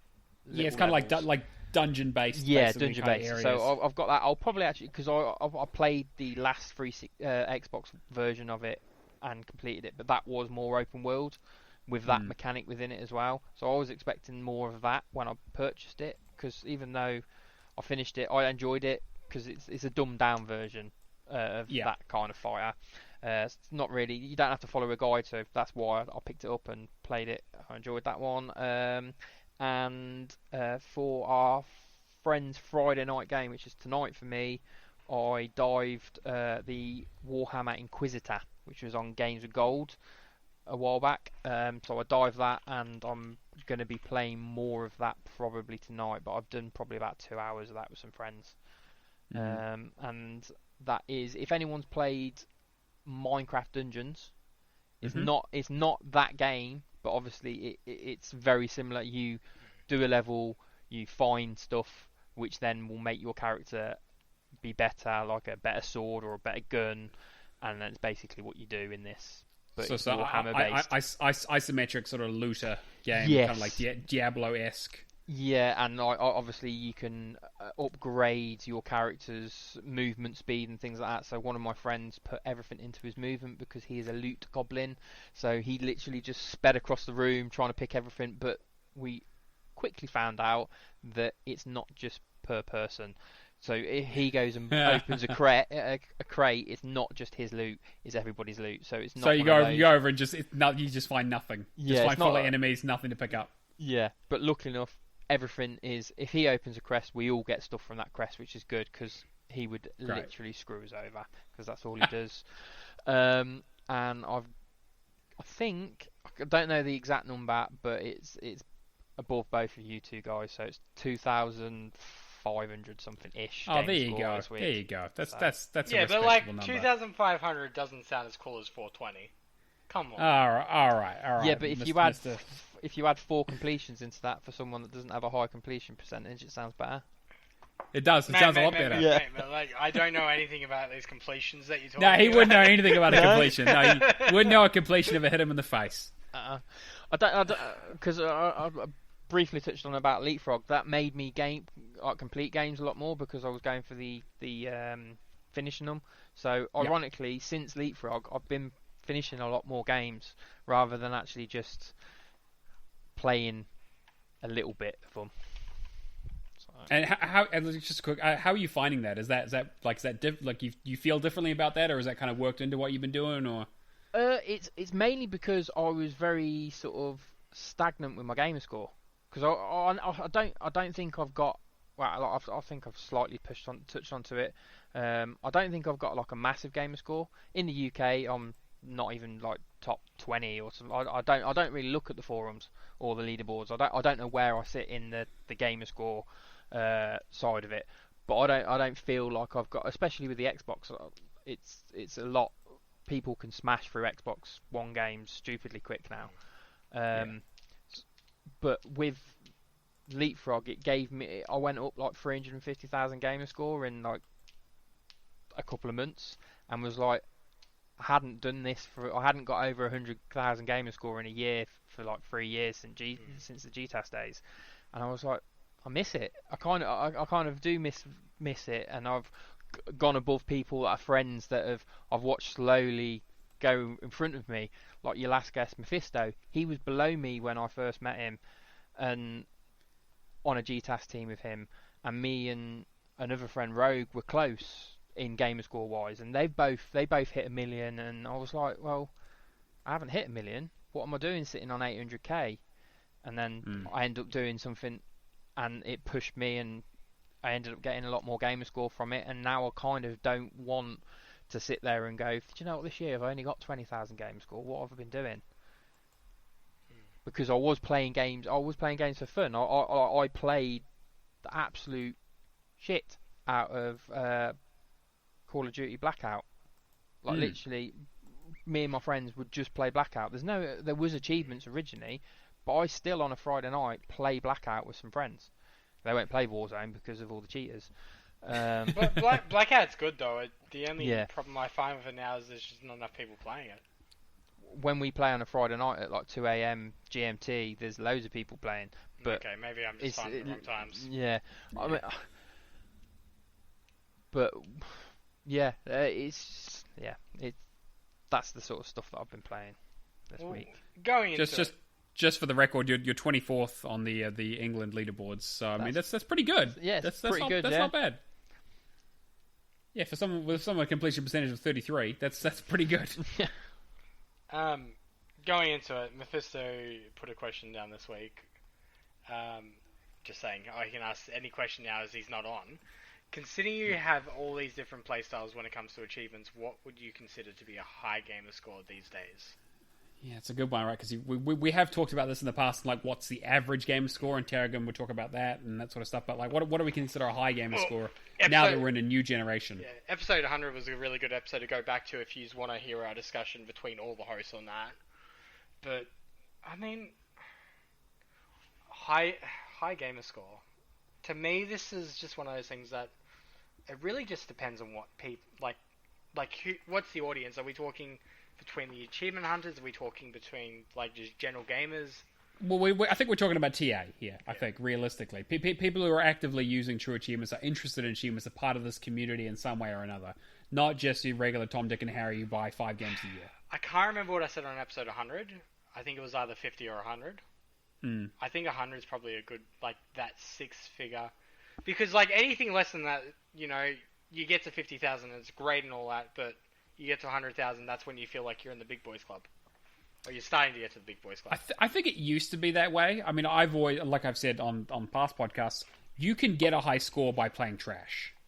Like you can get a good you can get a good head start. You can get probably 300, maybe 400,000 from relatively short games. I mean, I'm not just from 0 to 1 hours. You could probably do that in a month too, like if you really wanted to. Yeah, exactly. Like, and you could do what like Kirby and I did for like Hall of Fame and stuff, where we just stacked like terrible game on terrible game on terrible game to try and just boost ourselves up. I mean, that's how I hit my 1.5 was playing just absolute trash. But I think that realistically, and I'm sure Mab will agree, you get to the stage where there's only so many short, easy games that you can get score that quickly out of. Eventually, you're going to have to play something with at least a little bit of substance to it if you want to get into those, 700, 800,000 and beyond. I mean, maybe, Mad, you have a slightly different opinion considering you have access to every game on demand. Well, I think I've said it a couple of times. I don't consider what I've got a high gamer score because there are people. I'm not going to mention any names, but there are people. No. I'm not even going to say like lower gamer score, but there is a gamer tag. You're probably fully aware of who owns the gamer tag. They started their new tag in early March. I think it was March. Might have been.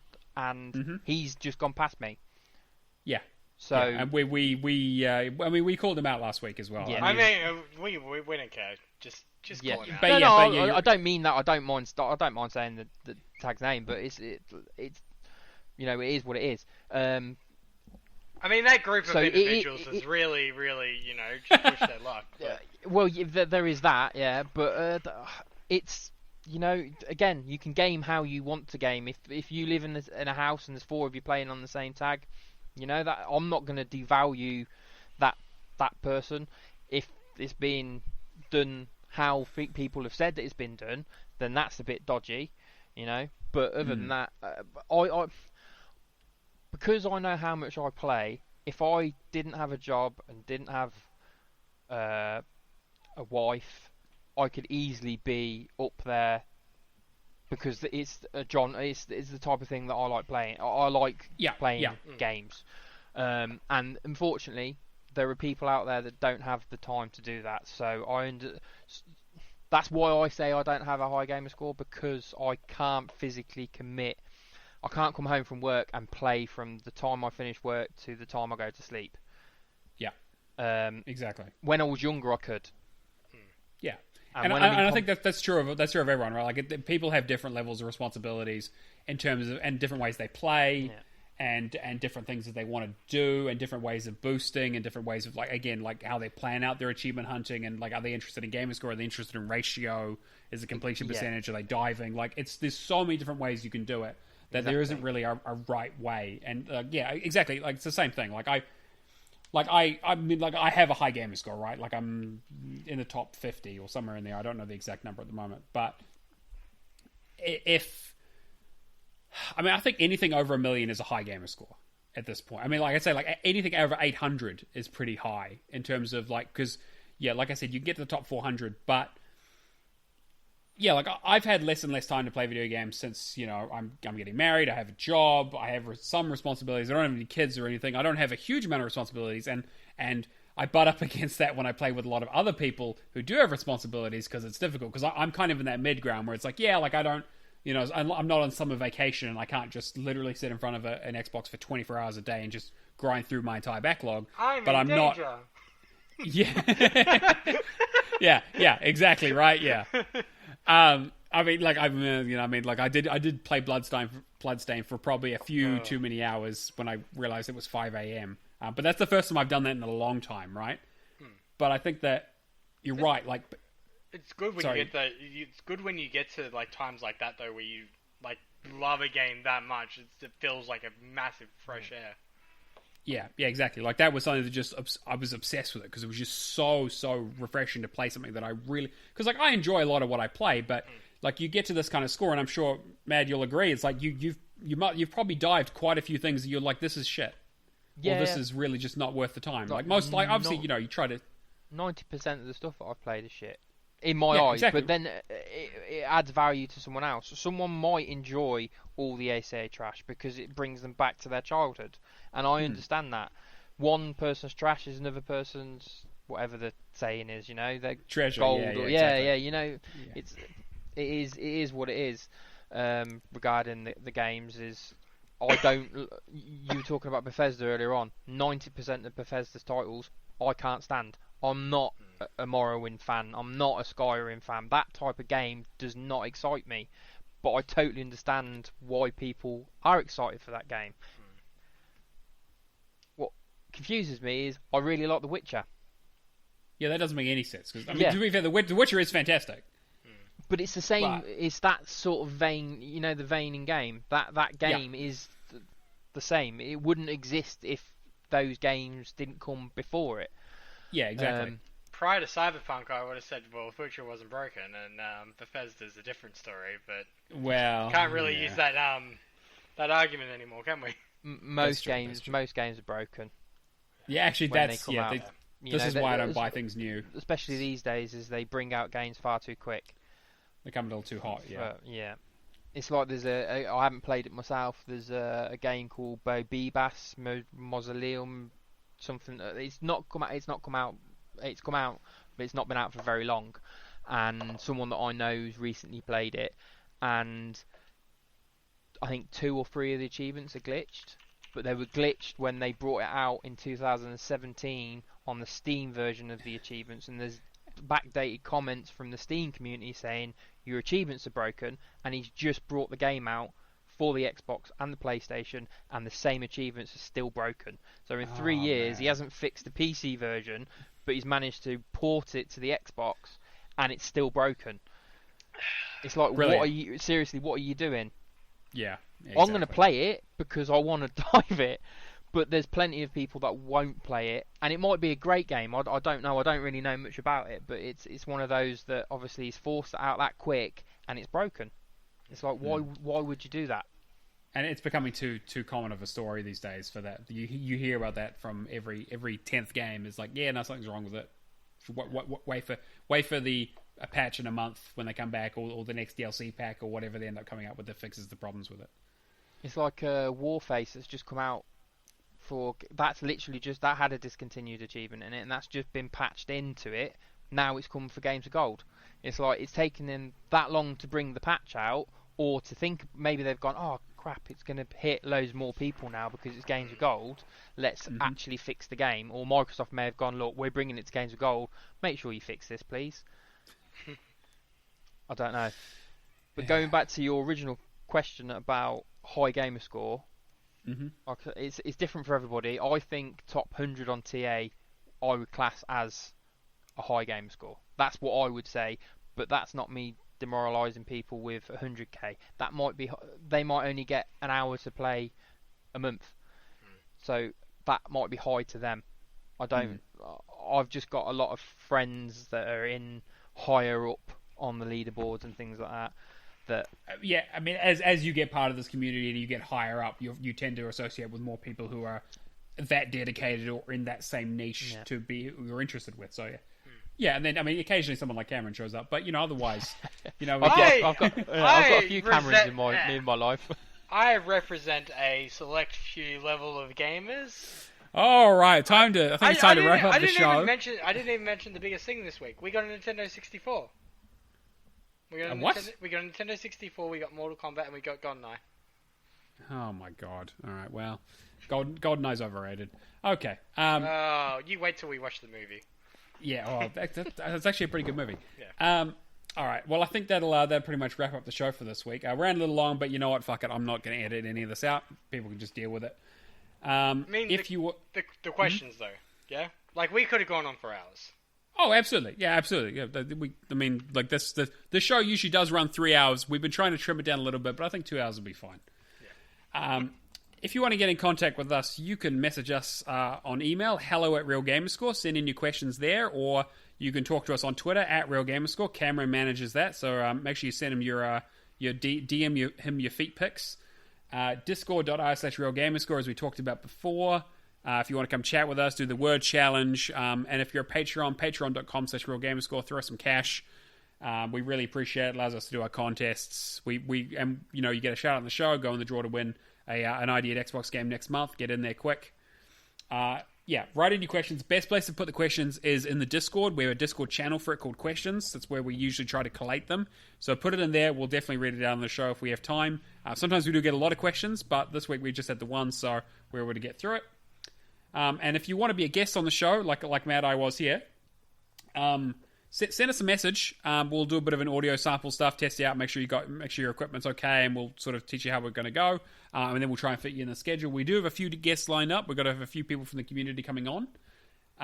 Cameron's been good to organise that, so he's our community liaison. Because he's much more personable than I am, because I'm a fucking dickhead. You just gotta stop sending our community members just like hate messages. It's just not warranted. I mean, look, if they stop being cunts, I'll stop sending them hate mail.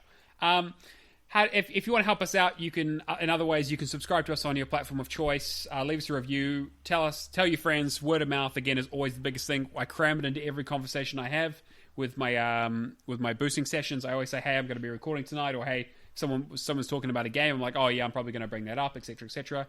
As always, I'm going to give a shout out to the Gears of War boosting fellas, Hunter, Active, Twoby, and Bambi. Really appreciate your help, guys. Stick with me, and I hope you've been listening this far, and maybe give me some money, and then also retweet our tweets, subscribe to us on YouTube, Patreon. You guys understand how this works. You've gotten to the end of a podcast. Where to find us? If you want to find me, I'm on Neomaster on everything. True Achievements, Xbox, Discord. You guys know how that works. Cameron, what about you? You can find me on the Shadowless Edge, pretty much on all the same, as well as running the Xbox Achievement community on Facebook. Fantastic. And Mr. MADeyePadEYE, where people can find you? Pretty much the same as you guys. I'm on TA, I'm on Twitter, I'm on Twitch. I don't really stream very often. I did stream my dives every now and again, and it never sort of got any traction because I'm boring. But yeah, other than that, yeah, just if you've got any questions about anything, I'm always happy to answer them on TA. I don't mind. I've got time for anyone. Fantastic. Well, I think that'll wrap up the show. Thank you so much for joining us, Matt. It's been great. It was super interesting learning about all this stuff, because it's a pleasure. I mean, like, definitely. You know, like I knew a little bit about it, but just sort of getting an idea of actually someone who's been doing this for so long has just been really eye opening, and it's great to see different parts of this community and different approaches to achievement hunting. That's the main thing, is everybody should embrace everything. You know, your play style is not everyone's. Fantastic. Preach. All right. Well, I think that'll be us for episode 126. We will catch you guys next week. See you later. Peace, guys.